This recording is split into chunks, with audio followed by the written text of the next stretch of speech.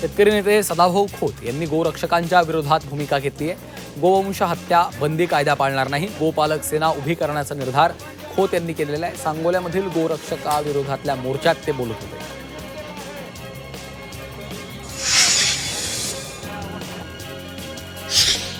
कणकवली बाजारपेठेतील मटका अड्ड्यावर पालकमंत्री नितेश राणे यांनी धाड टाकली। पोलिसांना कोणतीही कल्पना न देता पालकमंत्र्यांनी मटका अड्ड्यावर धाड टाकल्यानंतर पोलीस घटनास्थळी दाखल झाले। पालकमंत्री पदाची सूत्र हाती घेतल्यानंतर नितेश राणे यांनी स्वतः जाऊन केलेली ही पहिलीच धडक कारवाई आहे।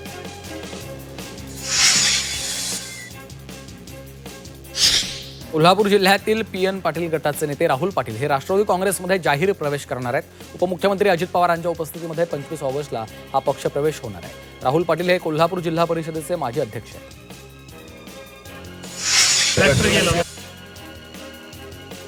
साताऱ्याचे पालकमंत्री शंभूराज देसाई यांनी कराड येथील पूरग्रस्त परिस्थितीची पाहणी केली, तर तांबे आणि कराड इथल्या पुलांची पाहणी करून त्यांनी अधिकाऱ्यांकडून परिस्थितीचा आढावा घेतला। साताऱ्यामध्ये झालेल्या मुसळधार पावसामुळे पाटण आणि कराड इथले अनेक पूल पाण्याखाली गेले होते।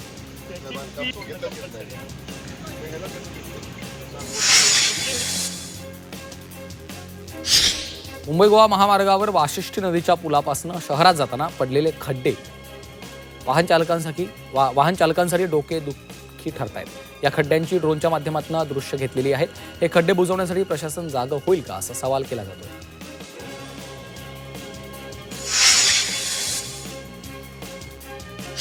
भंडारा जिल्ह्यातील ANM JNM आरोग्य सेविका बेमुदत संपावर आहेत। गेल्या 15 ते 20 वर्षांपासून सेवा देऊन देखील त्यांना शासनानं शासकीय सेवेत सामावून घेतलं नाहीये। जोपर्यंत मागण्या मान्य करत नाही तोपर्यंत बेमुदत संप सुरू राहणार असल्याचं आंदोलकांनी म्हटलंय।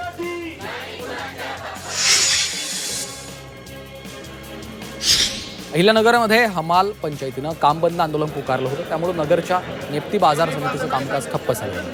हमालांना प्रति गोणी 3 रुपये मजुरी देण्यात यावी अशी मागणी जिल्हा हमाल पंचायतीने केली।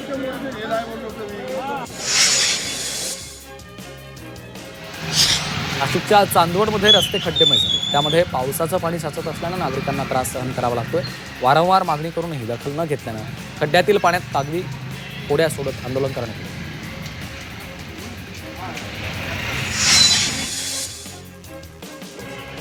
वाशिममध्ये अंगणवाडी सेविकांनी जिल्हा परिषद कार्यालयावर मोर्चा काढला। FRSची सक्ती बंद करावी, तसंच लाडकी बहीण योजनेच्या फेरतपासणीचं काम अंगणवाडी सेविकांना देऊ नये अशा विविध मागण्यांसाठी मोर्चा काढण्यात आला। यावेळी मोठ्या संख्येनं अंगणवाडी सेविकांची उपस्थिती होती।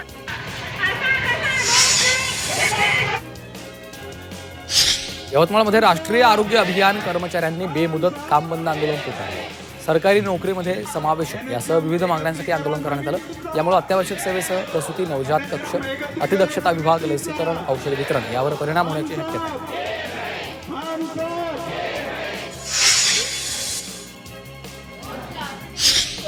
SND नर्सिंग कॉलेजच्या मार्फत विद्यार्थ्यांना जर्मन भाषा ही निशुल्क सेमिनारच्या माध्यमातून शिकवत आहेत। त्याचबरोबर जर्मनीमध्ये नोकरीची संधी देखील उपलब्ध करून दिली जाणार आहे। त्यासाठी तिथला व्हिसा, पासपोर्ट आणि राहण्याची व्यवस्था देखील केली जाणार आहे।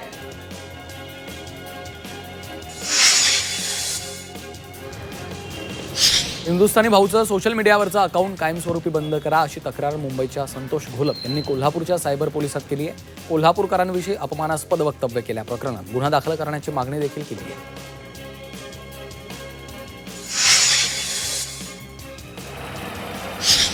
बुलढाणाकरांची तहान आता भागणार आहे। दिवाळीपूर्वी बुलढाण्याची पाणीपुरवठा योजना पूर्ण होणार आहे। शहराच्या पाणीपुरवठा योजनेचं काम अंतिम टप्प्यामध्ये आलेलं आहे। महाराष्ट्र सुवर्ण जयंती नगरोत्थानानं योजनेअंतर्गत ही पाणीपुरवठा योजना राबवली जाते।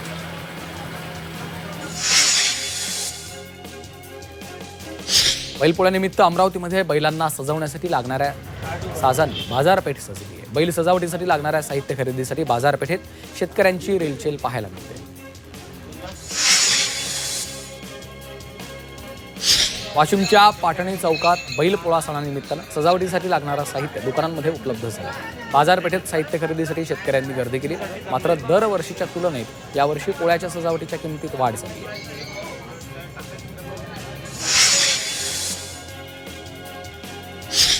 पुणे लोणावळा रेल्वे मार्गावरील 3ऱ्या आणि 4थ्या मार्गिकेला मान्यता मिळाली आहे। या कामासाठी राज्य सरकार आणि रेल्वे मंत्रालय प्रत्येकी 50% खर्च उचलणार आहे। या निर्णयामुळे वाहतूक कोंडी कमी होईल।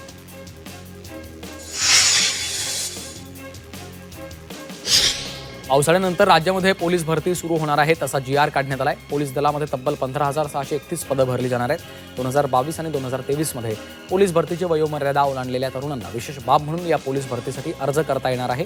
पोलीस शिपाई आणि कारागृह विभागातील शिपाई संवर्गातली रिक्त पदं भरली जाणार आहेत.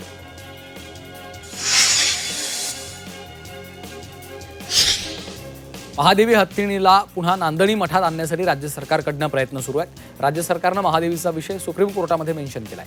कोर्ट लवकरच सरकारची बाजू ऐकून घेणार आहे अशी माहिती सरकारी वकील सिद्धार्थ धर्माधिकारी यांनी दिली.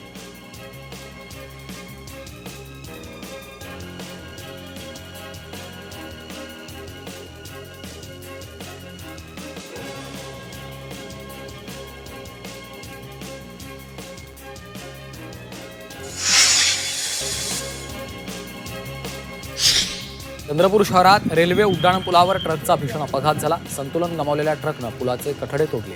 पुलाच्या लोखंडी कठड्यांमुळे अडकून ट्रक निम्मा पुलाखाली आणि निम्मा पुलावर राहिलाय. नागपूर पासिंगच्या या ट्रक चालकाला पोलिसांनी ताब्यात घेतलं.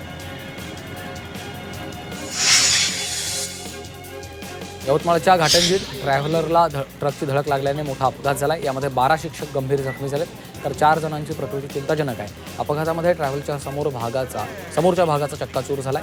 जखमी शिक्षकांना घाटंजी ग्रामीण रुग्णालयामध्ये उपचारासाठी भरती केले.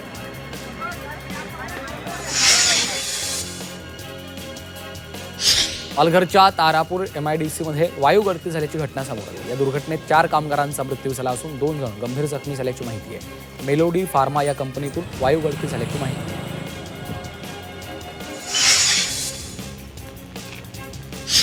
बीडमध्ये दुचाकी चोरट्यांवर कारवाई करण्यात आली आहे. स्थानिक गुन्हे शाखेनं दुचाकी चोरणाऱ्या चोरट्यांना अखेर अटक केली आहे. या चोरट्यांकडनं 7 दुचाकींसह 4.5 लाखांचा मुद्देमाल जप्त केला आहे.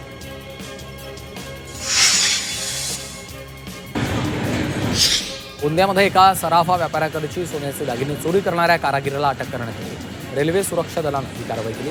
तब्बल 276 ग्रॅम सोन्याचे दागिने लंपास करून हा कारागीर फरार झाला होता.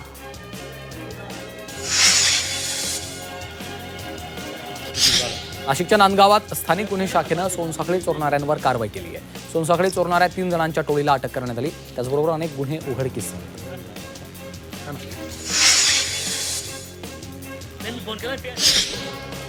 मनमाड शहरात एका घराबाहेरील 2 दुचाकी अज्ञातांनी पेटवल्या. त्यानंतर ते फरार झालेत.